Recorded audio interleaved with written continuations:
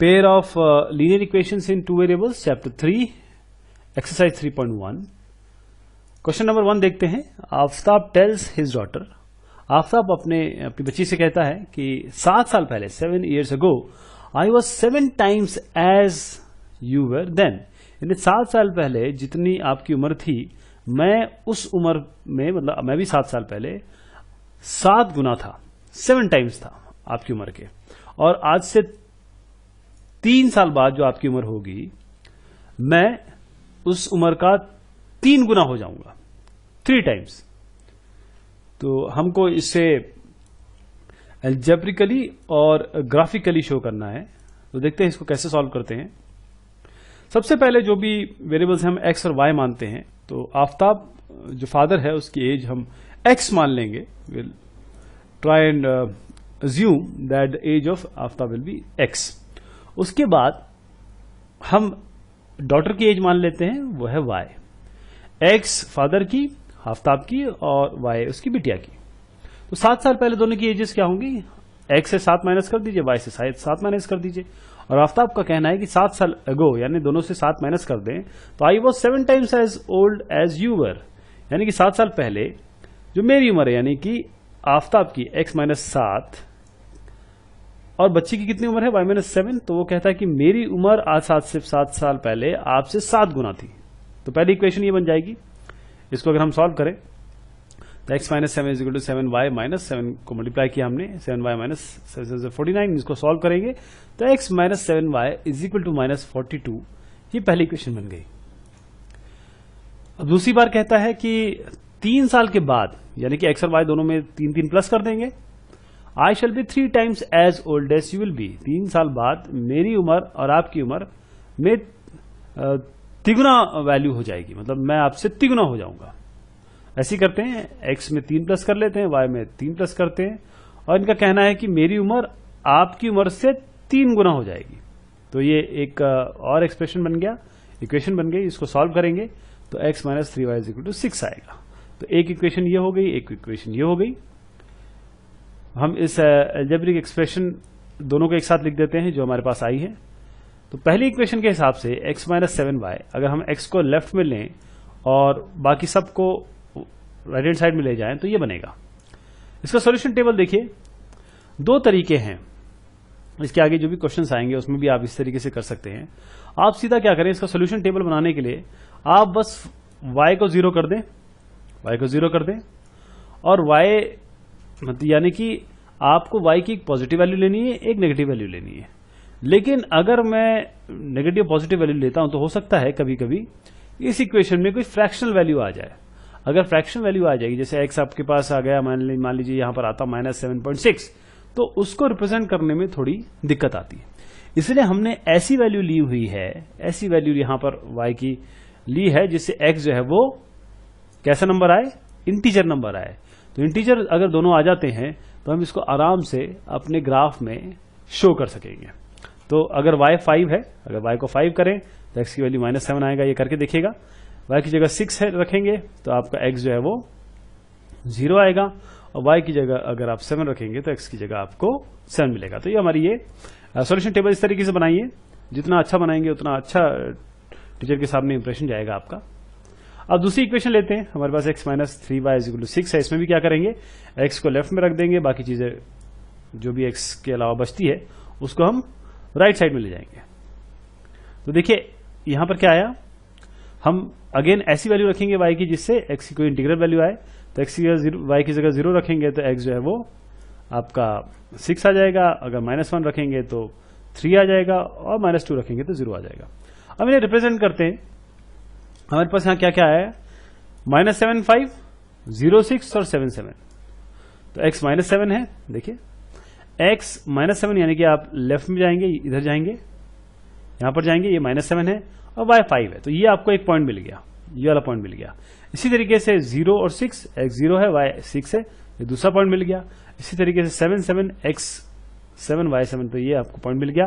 इन तीनों से आप लकीर खींच दीजिए इस तरीके से, और ये आपकी पहली इक्वेशन आपने एल्जेब्रिकली भी सॉल्व कर ली और साथ में ग्राफिकली भी. दूसरे पे आइए. आपके पास x और y क्या कॉम्बिनेशन है, आपके पास ये 6 0 है, 3 - 1 है और 0 - 2 है। इसको रिप्रेजेंट करिए। आपके पास 6 0, देखिए ये यहां पर क्योंकि 6 0 है तो आप पहले 6 पे जाइए, यहां 6 और ये 0, x 6 होगा, y 0 होगा, y 0 यानी कि आपके x एक्सिस की बात हो रही है। तो पहला पॉइंट ये हो गया। इसी तरीके से आपके पास 3 - 1 है तो आप x को 3 जाइए, ये देखिए यहाँ पर 3 पे जाइए और y को -1, ये देखिए यहाँ पर -1 है, तो 3 और -1 बन जाएगी।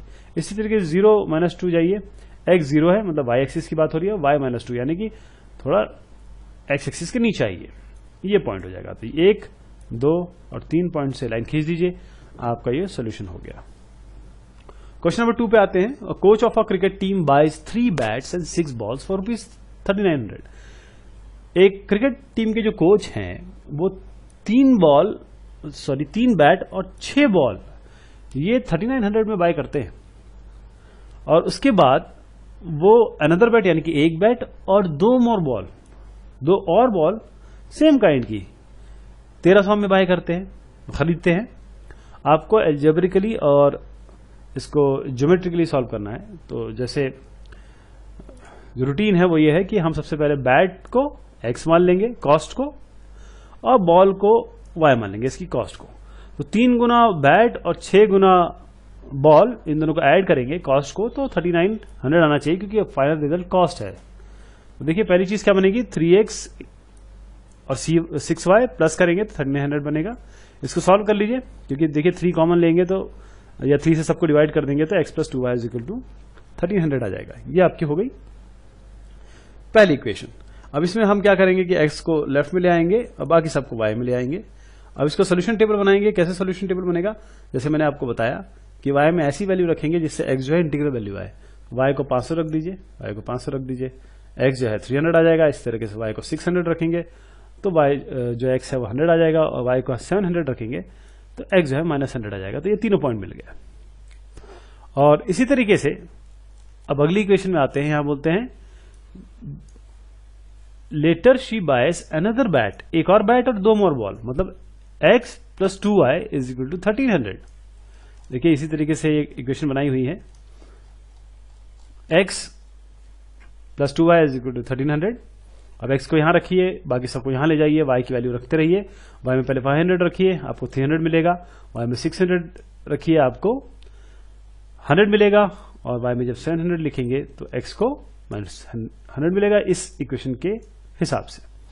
अब इसका रिप्रेजेंटेशन देखिए, आपको जो ग्राफ है वो कुछ इस तरीके से बनाना पड़ेगा। ये 1 2 में नहीं चलेगा, आपको 100 200 लेना पड़ेगा, बल्कि 100 क्या 300, 100 और 300, देखिए 100 200 300। अब यहाँ लिख नहीं पा रहे हैं इसलिए यहाँ 200 नहीं लिखा हुआ है, जबकि 100 100 के बाइफर्केशंस में इंटरवल में लिया हुआ है, 100 से लेकर 900 तक, -100 से -900 तक, और यहाँ पर भी ऐसा। पहली इक्वेशन ऐसी बन जाएगी, x + 2y और 3x + 6y एक ही बात है। तो आपके पास -100 और 700 सोल्यूशन था, 100 600 था और 300 500 था। वो हमने यहाँ पर ग्राफ को देख के लिख दिया और ये लाइन हमारी पूरी हमने खींच दी। इस तरीके से आपकी देखिए, चाहे आप इसको सॉल्व करें चाहे इसको सॉल्व करें, दोनों ही इक्वेशन, ये देखिए ये इक्वेशन और ये इक्वेशन बिल्कुल सेम है, इसलिए दोनों ही लाइन हमारी एक ही आई। दोनों इक्वेशन सेम है। अगर आप डिवीजन करेंगे पहली बार इक्वेशन का तो दूसरी इक्वेशन निकल के आ जाएगी। तीसरे क्वेश्चन पे आते हैं। तीसरा क्वेश्चन कहता है the cost of 2 kg of apples, 2 kg Apple और 1 kg ग्रेप्स कितना है, 160 रुपए। एक महीने के बाद 4 kg एप्पल और 2 kg ग्रेप हो जाते हैं 300। तो हमें इसको एल्जेब्रिकली और ज्योमेट्रिकली रिप्रेजेंट करना है, सॉल्व करना है। तो cost of 1 kg, 1 kg Apple का x मान लीजिए, 1 kg ग्रेप्स का, यानी कि ये हमारे सेब हो गए, ये हमारे अंगूर हो गए। 1 kg सेब x, 1 kg अंगूर है वो y हो गए। तो इक्वेशन क्या कहती है, 2 kg और 1 kg, तो 2x × 1y = कितना 160, और 4 kg एप्पल यानी 4x × 2 kg 2y ग्रेप्स = 300। यहां पर भी अगर आप देखें तो हम इसको कैसे सॉल्व करेंगे, y को यहां लीजिए, बाकी सबको यहां रख दीजिए। आप x y किसी तरीके से भी सॉल्व करने हैं, क्योंकि अल्टीमेटली इक्वेशन तो वैसी ही आनी है, लाइन तो वैसी बननी है। अब यहां पर x की वैल्यू रखिए आप और y की वैल्यू निकालिए। एक्स की 50 रखेंगे वाई की 60 आ जाएगी, एक्स की 60 रखेंगे वाई 40 आ जाएगा, एक्स को 70 रखेंगे वाई की 20 आ जाएगा, इस तरीके से। और इस इक्वेशन के लिए जो दूसरी इक्वेशन आई है उसमें भी ऐसे करेंगे, वाई यहां ले लीजिए, एक्स वाली चीजें यहां ले लीजिए, एक्स और वाई दोनों को ले सकते हैं क्योंकि एक्स और वाई दोनों जो मिलना चाहिए उसी से हमारी जो स्ट्रेट लाइन बनेगी। अब यहां पर हम एक्स को 70 रखेंगे, एक्स को 80 रखेंगे, एक्स को 75 रखेंगे तो हमें वाई की वैल्यू मिलेगी। रिप्रेजेंट कैसे करेंगे इसे, ये सारी वाली एक्स और वाई, एक्स और वाई और एक्स और वाई, इसी तरीके से एक्स और वाई, एक्स और वाई और एक्स और वाई यहां पर हम रिप्रेजेंट करेंगे तो हमें ये लाइन बनेगी। देखिए पहला पॉइंट ये, दूसरा पॉइंट ये, तीसरा पॉइंट ये, पहली क्वेश्चन के लिए, और दूसरी के लिए हमारे पास ये पॉइंट है, ये पॉइंट है और ये पॉइंट है। इस तरीके से हमारी स्ट्रेट लाइन बन जाएगी। तो हमने देखा अभी पहली एक्सरसाइज इस चैप्टर की, चैप्टर 3 की।